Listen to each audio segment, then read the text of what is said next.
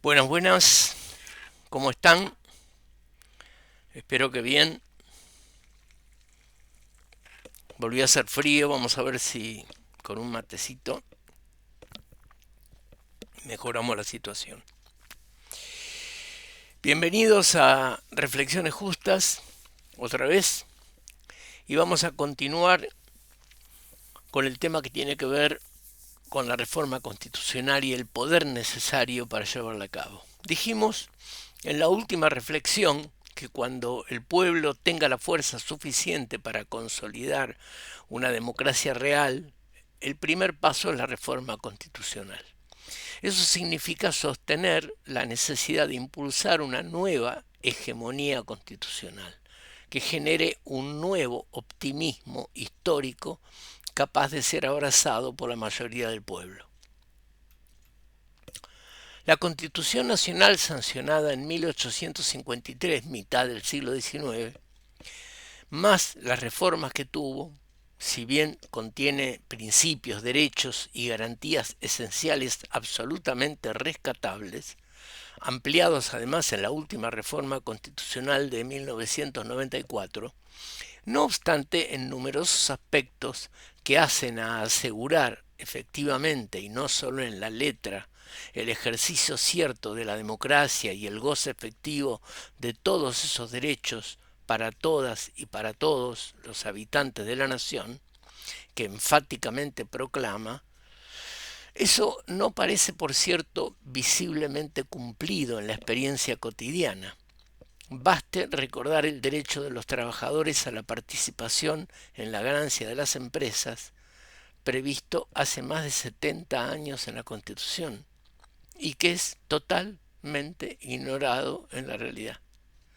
O el reconocimiento de los derechos de los pueblos originarios, incorporado en 1994, la abolición de la tortura ya desde un primer momento, la finalidad resocializadora de la prisión, y podría enumerar muchísimos otros derechos de jerarquía constitucional que no obstante literalmente no solo que no existen en la práctica cotidiana, sino que son sistemática y constantemente vulnerados sin que exista reacción adecuada por parte de las instituciones llamadas a hacerlos cumplir.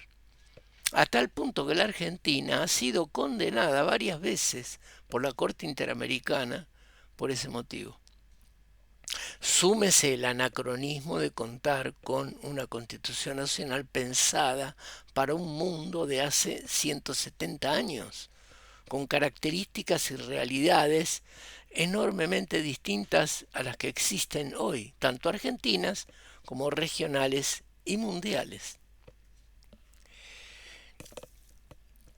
No pretendo en el marco de estas reflexiones presentar un anteproyecto de texto constitucional completo, leerles 200 o 300 artículos. Se quedarían dormidos. Solo pretendo establecer cuáles deberán ser, según mis convicciones y verdades relativas, sometidas a la crítica desde ya, cuáles son los ejes inexcusables que a mi juicio necesariamente habrá de incluir esa nueva Constitución Nacional cuando nuestro pueblo logre reunir el poder suficiente para llevarlo a cabo y así reconquistar su bienestar y su felicidad, porque de eso se trata. Como decía el viejo filósofo Epicuro, el fin de la vida en definitiva es tratar de estar bien, en estado de equilibrio, en paz, no sufrir. Si hay otra vida, un paraíso, dioses, no sé, decía Epicuro, no tengo forma de comprobarlo. Lo único que puedo hacer es saber que ahora estamos acá, entonces que estemos bien, que disfrutemos razonablemente de la vida sin molestar a los demás, estemos en paz y tratemos de no sufrir. No es literal la cita, pero es lo que sostenía Epicuro, de quien recomiendo de paso conocer su pensamiento. Por eso digo yo, mientras estamos acá, ¿qué sentido tiene que estemos mal y suframos, mientras unos pocos la pasan obscenamente bien a nuestra costa? Entonces, tenemos que reunir fuerzas para conseguirlo y con ello lograr imponer una nueva constitución nacional que, coherente con los tiempos de hoy, establezca la plataforma legal base para aquella nueva hegemonía que propugnamos. Una hegemonía que no sea exclusiva de los ricos, sino una hegemonía del pueblo todo, inclusive para los más favorecidos, que contribuyan a la igualdad, pero que el pueblo no se quede afuera. Es decir, para la definitiva construcción de una Argentina equilibrada, en paz, con justicia social, desarrollo económico propio, planificado por el Estado, sin injerencias externas o intereses privados privilegiados, con vocación de soberanía territorial, cultural y política, respetuosa de los derechos humanos ratificados por nuestro propio país, en el contexto internacional, integrada al continente latinoamericano, del que indisolublemente formamos parte, en un proyecto histórico común, porque así fue el nacimiento de nuestra patria.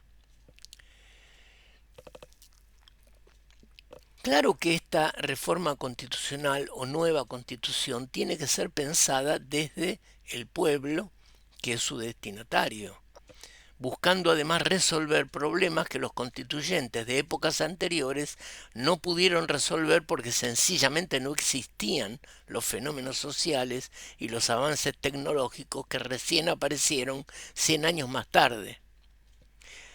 Como lo resaltó con claridad Eugenio Raúl Zaffaroni en la charla que dio el 4 de marzo en el Café de los Patriotas, que fue acompañado por el destacado constitucionalista Gustavo Ferreira, dijo en esa oportunidad: nuestra actual constitución y sus 6 reformas tiene no solo agujeros o imprevisiones que impiden resolver conflictos de este mundo moderno, impensado hace 160 o 170 años, sino que directamente no se trata de agujeros, sino que le faltan paredes enteras, dijo. Esos eminentes juristas dieron el ejemplo de que, frente a un conflicto de poderes, como los que vemos reproducirse hoy casi a diario, frente al desquicio insoportable de la cabeza de un poder judicial federal totalmente desmadrado e ilegal, además, no existe un mecanismo político institucional que se encargue de resolverlo. Como una suerte de tribunal político o cosa parecida, colocado por fuera de los que se están enfrentando en un momento dado, que sea capaz de tener autoridad para resolver ese conflicto.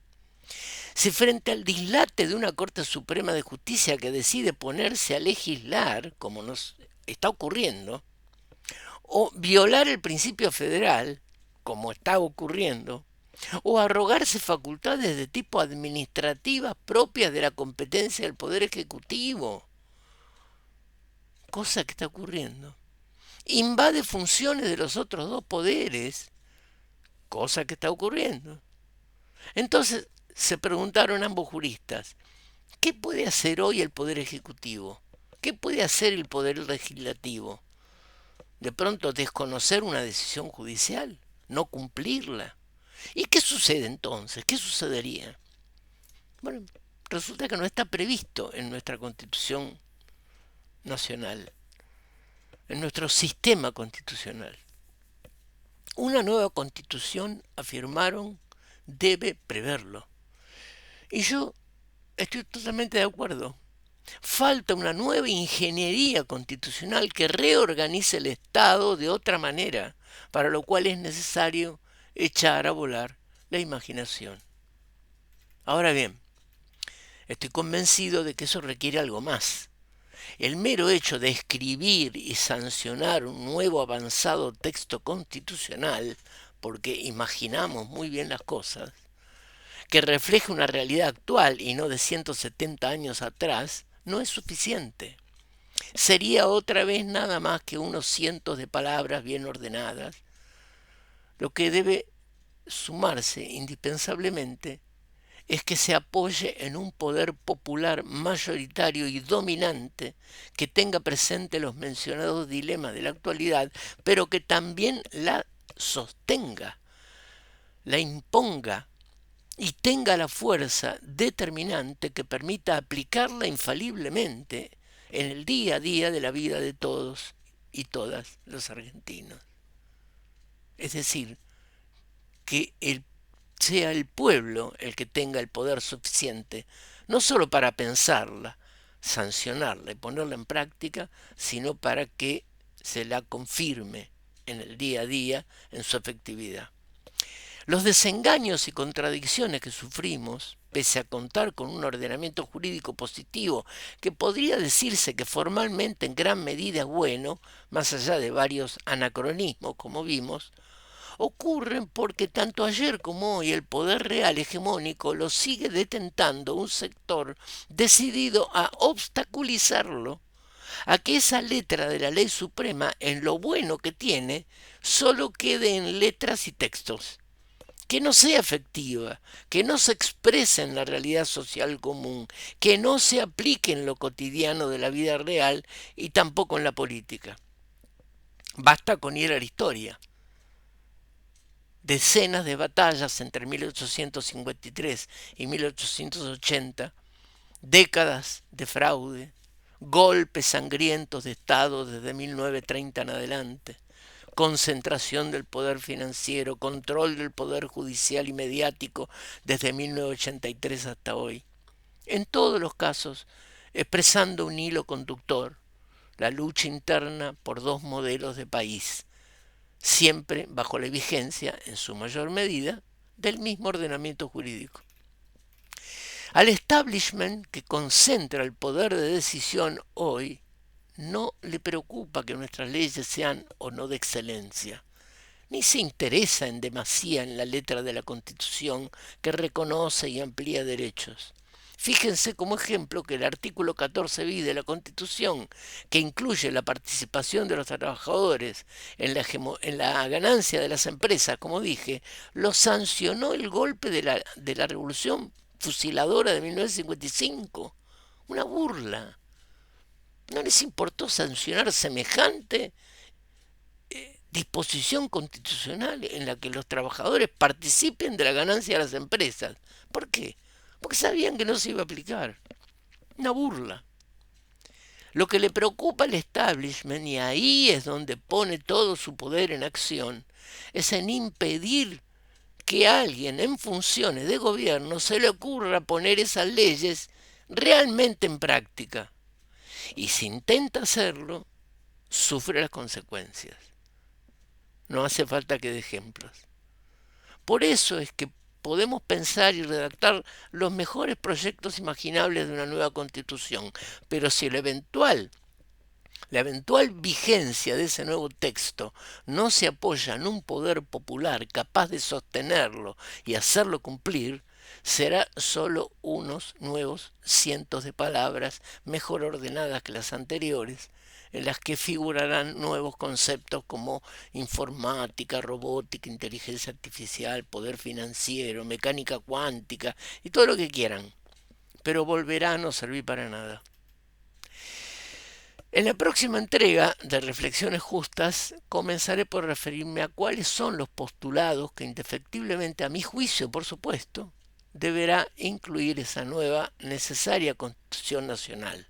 Y por supuesto, siempre que hayamos construido primero el poder suficiente para sancionarla primero, ponerla efectivamente en práctica después y por último ser capaces de sostenerla en el tiempo en su vigencia y aplicación efectiva. Nos vemos a la próxima con ese punto.